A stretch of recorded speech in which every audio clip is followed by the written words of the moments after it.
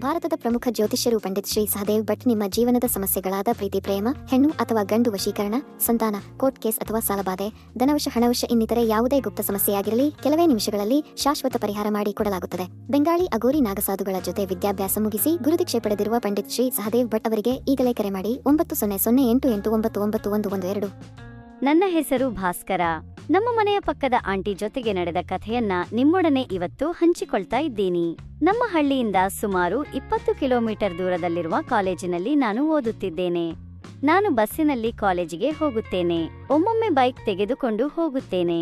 ಬಸ್ಸಲ್ಲಿ ಹೋಗುವಾಗ ಒಳ್ಳೆಯ ಟೈಮ್ ಪಾಸ್ ಆಗುತ್ತದೆ. ನಮ್ಮ ಕಾಲೇಜಿನಲ್ಲಿ ತುಂಬಾ ಸುಂದರ ಹುಡುಗಿರಿದ್ದಾರೆ. ಆದರೆ ನನ್ನ ಕಣ್ಣು ಬಿದ್ದಿದ್ದು ನನ್ನ ಪಕ್ಕದ ಮನೆಯ ಆಂಟಿಯ ಮೇಲೆ. ಯಾಕೆಂದರೆ ಅವರು ಆ ಎಲ್ಲ ಹುಡುಗಿಯರಿಗಿಂತ ತುಂಬಾ ಸುಂದರವಾಗಿ ಇದ್ದಾರೆ. ಒಳ್ಳೆಯ ಶೇಪ್, ಸುಂದರ ನೋಟ. ಒಮ್ಮೆಯಾದರೂ ಆ ಆಂಟಿಯ ಜೊತೆ ಎಂಜಾಯ್ ಮಾಡಬೇಕು ಅಂತ ನಾನು ಅಂದುಕೊಂಡೆ. ಆದರೆ ಒಮ್ಮೆಯೂ ಅಂತ ಅವಕಾಶ ಸಿಗಲೇ ಇಲ್ಲ. ಆ ಆಂಟಿಗೆ ಮಕ್ಕಳಿಲ್ಲ. ಆಂಟಿ ಯಾವಾಗ ನನಗೆ ಸಣ್ಣ ಸಣ್ಣ ಕೆಲಸಗಳಿಗೆ ಕರೆಯುತ್ತಲೇ ಇರುತ್ತಾಳೆ. ಅವಳ ವಯಸ್ಸು ಹೇಳಿಲ್ಲ ಅಲ್ವಾ? ಅವರಿಗೆ ಸುಮಾರು 30 ವರ್ಷ ಇರಬಹುದು. ತುಂಬಾ ತೆಳ್ಳಗಾಗಿ ನೋಡೋದಕ್ಕೆ ಬಹಳ ಸುಂದರವಾಗಿದ್ದಾಳೆ ಆಂಟಿ. ಅಂದನು ಕೂಡ ತುಂಬಾ ದೊಡ್ಡದಾಗಿದೆ. ಹೇಳಬೇಕಂದ್ರೆ ಎಲ್ಲಾನು ಪರ್ಫೆಕ್ಟ್ ಸೈಜ್ ಅಲ್ಲಿದೆ. ಅವರ ಬಗ್ಗೆ ಮುಂದೆ ನಿಮಗೆನೆ ಗೊತ್ತಾಗುತ್ತೆ.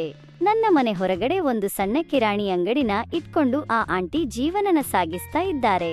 ತುಂಬಾ ಸಮಯದಿಂದ ನಾನು ಆಂಟಿನ ಗಮನಿಸ್ತಾ ಇದ್ದೀನಿ. ಆ ಆಂಟಿನ ನೋಡೋ ಉದ್ದೇಶದಿಂದ ಆಗಾಗ ಅವರ ಅಂಗಡಿಗೆ ಹೋಗೋದು, ಏನಾದ್ರೂ ಒಂದು ಚಿಕ್ಕ ಸಾಮಾನನ್ನ ಖರೀದಿ ಮಾಡೋದು ಮಾಡ್ತಿದ್ದೆ. ಹಾಗೆ ಆ ಸಾಮಾನನ್ನ ತೆಗೆದುಕೊಳ್ಳುವಾಗ ಆಂಟಿಯ ಕೈ ಟಚ್ ಮಾಡಿ ನಾನು ಇದುವರೆಗೆ ಮಜಾ ತೆಗೆದುಕೊಳ್ಳುತ್ತಿದ್ದೆ. ಒಮ್ಮೆ ನಾನು ಆಂಟಿಯ ಅಂಗಡಿ ಹತ್ತಿರ ಹೋಗಿ ಕುಳಿತುಕೊಂಡೆ. ಆಂಟಿ ಅಂಗಡಿ ಓಪನ್ ಮಾಡಿಕೊಂಡು ಕುಳಿತಿದ್ದರು. ನಾನು ಅಲ್ಲಿಗೆ ಹೋದಾಗ, ಭಾಸ್ಕರ್, ನಿನಗೆ ಫ್ಯಾನ್ ಚೇಂಜ್ ಮಾಡೋದಕ್ಕೆ ಗೊತ್ತಿದೆಯಾ ಅಂತ ಕೇಳಿದ್ರು. ಹೌದು, ನನಗೆ ಗೊತ್ತಿದೆ ಅಂತ ಹೇಳಿದೆ. ನಿನ್ನೆ ರಾತ್ರಿಯಿಂದ ನಮ್ಮ ಮನೆಯ ಫ್ಯಾನ್ ಕೆಲಸನೇ ಮಾಡ್ತಿಲ್ಲ. ಮನೆಯಲ್ಲಿ ಬೇರೊಂದು ಹೊಸ ಫ್ಯಾನ್ ಇದೆ, ಆದರೆ ಅದನ್ನ ಬದಲಿಸಬೇಕು ಅಂತ ಹೇಳಿದ್ರು. ಆಯ್ತು, ನಾನು ಚೇಂಜ್ ಮಾಡಿ ಕೊಡ್ತೀನಿ ಅಂತ ಹೇಳಿದೆ. ಸರಿ, ಹಾಗಿದ್ರೆ ನಾನು ಸಾಯಂಕಾಲ ಅಂಗಡಿಯ ಕೆಲಸ ಮುಗಿದ ಮೇಲೆ ನಿನ್ನನ್ನ ಕರೀತೀನಿ. ಆಗ ಬಂದು ಸ್ವಲ್ಪ ಹೆಲ್ಪ್ ಮಾಡು ಅಂತ ಹೇಳಿದ್ರು. ನಾನು ಆಯ್ತು ಅಂತ ನಾನು ಮನೆಗೆ ಹೋದೆ. ಸಂಜೆ ಆಂಟಿ ಅಂಗಡಿ ಕೆಲಸ ಮುಗಿದ ಮೇಲೆ ಜೋರಾಗಿ ಭಾಸ್ಕರ್ ಅಂತ ಕರೆದ್ರು. ಓ ಆಂಟಿ, ಬಂದೆ ಅಂತ ಅವರ ಮನೆಗೆ ಹೋದೆ. ಆ ಆಂಟಿ ನಂಗೆ ಹೊಸ ಫ್ಯಾನ್ ಅನ್ನ ತೋರಿಸಿದ್ರು. ನಾನು ಅದನ್ನ ಬಾಕ್ಸ್ ಇಂದ ಬಿಡಿಸಿ ಅದನ್ನ ಬೇಕಾದ ಹಾಗೆ ಚೇಂಜ್ ಮಾಡಿದೆ. ಅದನ್ನ ಫಿಕ್ಸ್ ಮಾಡೋ ಮೊದಲು ಹಳೆಯ ಫ್ಯಾನ್ ಅನ್ನ ತೆಗಿಬೇಕಾಗಿತ್ತು. ಅದಕ್ಕಾಗಿ ಪ್ರಯತ್ನ ಮಾಡ್ತಿದ್ದೆ. ಆದರೆ ಆ ಫ್ಯಾನ್ ತುಂಬಾ ಎತ್ತರದಲ್ಲಿತ್ತು. ಹಾಗಾಗಿ ತೆಗೆಯೋದು ಸ್ವಲ್ಪ ಕಷ್ಟ ಆಗಿತ್ತು. ಅದಕ್ಕಾಗಿ ಆಂಟಿ ಹತ್ರ ಒಂದು ಚೇರ್ ತೆಗೆದುಕೊಂಡು ಬರೋದಕ್ಕೆ ಹೇಳಿದೆ. ಆಂಟಿ ಕೂಡ ಹೋಗಿ ಒಂದು ಚೇರನ್ನ ತಗೊಂಡು ಬಂದ್ರು. ನನಗೆ ಆ ಚೇರನ್ನ ಕೊಟ್ಟು ಕೂಡಲೇ ಅವರು ತನ್ನ ಕೆಲಸಕ್ಕೆ ಹೋದ್ರು. ನಾನು ಆ ಚೇರನ್ನ ಹತ್ತಿ ನಿಂತ್ಕೊಂಡು ಫ್ಯಾನ್ ತೆಗೆಯೋ ಪ್ರಯತ್ನ ಮಾಡ್ತಿದ್ದೆ. ಫ್ಯಾನಿನ ರೆಕ್ಕೆಗಳು ತುಂಬಾ ದೊಡ್ಡದಾಗಿದ್ವು. ನಾನು ಫ್ಯಾನ್ನ ಬಿಡಿಸುವಾಗ ಅದರ ಒಂದು ರೆಕ್ಕೆ ಪಕ್ಕದಲ್ಲಿರುವ ಒಂದು ಬಲ್ಬ್ ತಾಗಿ ಹೋಯ್ತು. ಬಲ್ಬ್ ಒಡೆದು ಕೆಳಗೆ ಬಿತ್ತು. ನಾನು ಒಮ್ಮೆಲೆ ಆಂಟಿಯಲ್ಲಿ ಬನ್ನಿ ಅಂತ ಜೋರಾಗಿ ಕೂಗಿದೆ. ಕೂಡಲೇ ಆಂಟಿ ಬಂದು ಪೊರಕೆನ ತಗೊಂಡು ಬಂದು ಕ್ಲೀನ್ ಮಾಡಿ, ಜಾಗ್ರತೆ ಭಾಸ್ಕರ್ ಅಂತ ಹೇಳಿದ್ರು. ಎಲ್ಲಿವರೆಗೂ ಬಂತು ನಿನ್ನ ಫ್ಯಾನ್ ತೆಗೆಯೋ ಕೆಲಸ ಅಂತ ಕೇಳಿದ್ರು. ಇನ್ನೇನಾಯ್ತು, ಹಳೆ ಫ್ಯಾನ್ ಅನ್ನ ತೆಗೆದು ಹಾಕಿದೀನಿ. ಹೊಸ ಫ್ಯಾನ್ ಫಿಕ್ಸ್ ಮಾಡಿ ಮುಗಿಸಬೇಕು ಅಷ್ಟೇ ಅಂತ ಹೇಳ್ದೆ. ಸರಿ, ಹೇಗಿದ್ರು ಇಲ್ಲಿ ಲೈಟ್ ಇಲ್ಲ, ಹೀಗೆ ಕೆಲಸ ಮಾಡೋದಕ್ಕೆ ಆಗೋದಿಲ್ಲ. ನಾಳೆ ಬೆಳಗ್ಗೆ ಬೇಗನೆ ಬಂದು ಅದನ್ನ ಫಿಕ್ಸ್ ಮಾಡಿದ್ರೆ ಆಯ್ತು ಅಂತ ಹೇಳಿದ್ರು.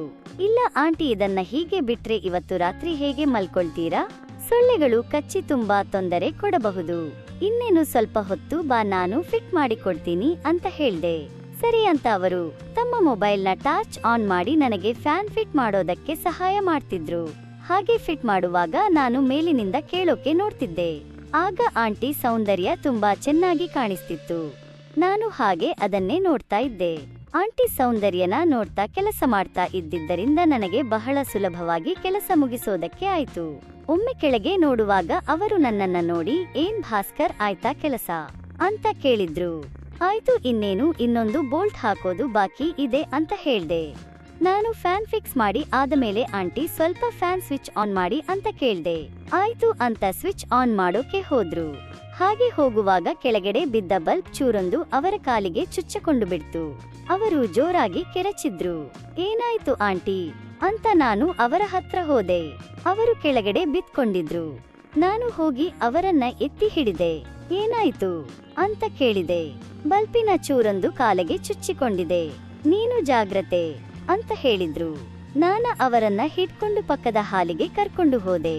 ಅವರನ್ನ ಚೇರ್ ಮೇಲೆ ಕೂರಿಸಿ ಹಾಗೆ ಅವರ ಕೆಳಗೆ ಕೂತ್ಕೊಂಡು ಅವರ ಕಾಲಿಗೆ ಚುಚ್ಚಿಕೊಂಡಿರೋ ಬಲಚೂರನ್ನ ನಿಧಾನಕ್ಕೆ ತೆಗೆದೆ. ಹಾಗೆ ತೆಗೆಯುವಾಗ ನೈಟಿಯ ಪಕ್ಕದಲ್ಲಿ ಅವರ ಸೌಂದರ್ಯ ಚೆನ್ನಾಗಿ ಕಾಣಿಸ್ತಿತ್ತು. ಅದನ್ನೇ ನೋಡ್ತಾ ನಾನು ಶಾಕಾದೆ. ಇನ್ನೊಮ್ಮೆ ಆಂಟಿ ತನ್ನ ಕಾಲನ್ನ ನೋಡಿಕೊಳ್ಳೋದಕ್ಕೆ ಬಗ್ಗದಲು. ಅದ್ರಿಂದ ಅವಳ ಸೌಂದರ್ಯ ಇನ್ನಷ್ಟು ನನ್ನ ಕಣ್ಣಿಗೆ ಬಿತ್ತು. ಇದರಿಂದ ನನ್ನ ಮನಸ್ಸಲ್ಲಿ ಕೋರಿಕೆ ವಿಪರೀತವಾಗಿ ಜಾಸ್ತಿ ಆಯಿತು.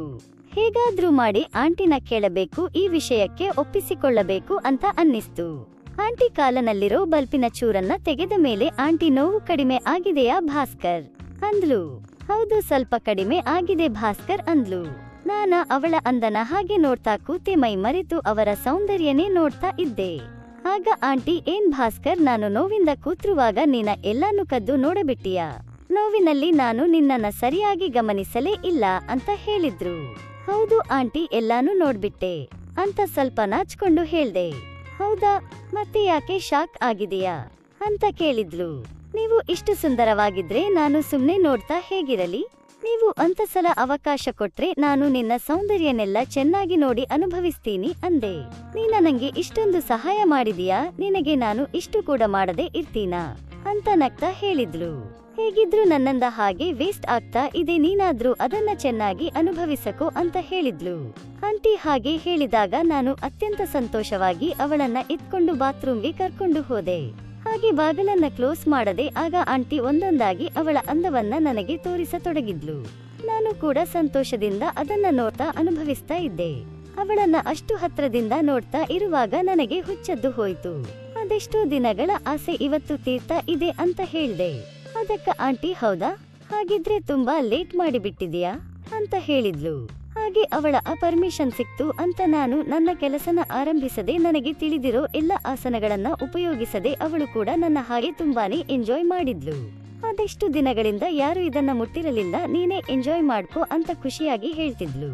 ಸುಮಾರು 3 ಗಂಟೆ ತನಕ ನಾವು ಎಂಜಾಯ್ ಮಾಡ್ತಾ ಇದ್ವಿ. ಆ ಸಮಯದಲ್ಲಿ ಒಮ್ಮೆ ಆಂಟಿ ಕಣ್ಣಲ್ಲಿ ಸ್ವಲ್ಪ ನೀರಿನ ಹನಿಗಳನ್ನ ನೋಡದೆ. ಸ್ವಲ್ಪ ಹೊತ್ತು ಅಲ್ಲೇ ರೆಸ್ಟ್ ಮಾಡಿ ಅದಾದ ನಂತರ ಆಂಟಿ ಅಗತ್ಯವಿದ್ದಾಗಲೆಲ್ಲ ನನ್ನನ್ನ ಕರೆಸಿಕೊಳ್ತಿದ್ಲು. ಹಾಗೆ ನನಗೆ ಇಷ್ಟ ಬಂದಾಗಲೆಲ್ಲ ನಾನು ಅಲ್ಲಿಗೆ ಹೋಗ್ತಿದ್ದೆ. ಆಂಟಿ ನನಗೆ ಒಂದು ವರದ ರೀತಿಯಲ್ಲಿ ಸಿಕ್ಕಿದ್ಲು. ಆದರೆ ಇವರ ಎಷ್ಟು ದಿನ ಇರುತ್ತೋ ನೋಡಬೇಕು. ನನಗೆ ಮದುವೆ ಆದರೂ ಕೂಡ ಈ ಆಂಟಿನ ಮಾತ್ರ ಮರೆಯೋ ಹಾಗಿಲ್ಲ. ನನ್ನ ಜೊತೆಗೆ ಅಷ್ಟು ಕ್ಲೋಸ್ ಆಗ್ಬಿಟ್ಟಿದ್ದಾರೆ. ಸೊ ಕಥೆ ಇಲ್ಲಿ ಮುಗಿಯುತ್ತೆ. ಕಥೆ ಇಷ್ಟವಾಗಿದ್ರೆ ಲೈಕ್, ಶೇರ್, ಕಮೆಂಟ್ ಮಾಡೋದನ್ನ ಮರಿಬೇಡಿ. ಇಂತಹ ಇನ್ನಷ್ಟು ಇಂಟರೆಸ್ಟಿಂಗ್ ಕಥೆಗಳಿಗಾಗಿ ನನ್ನ ಚಾನೆಲ್ನ ಸಬ್ಸ್ಕ್ರೈಬ್ ಮಾಡಿಕೊಳ್ಳಿ.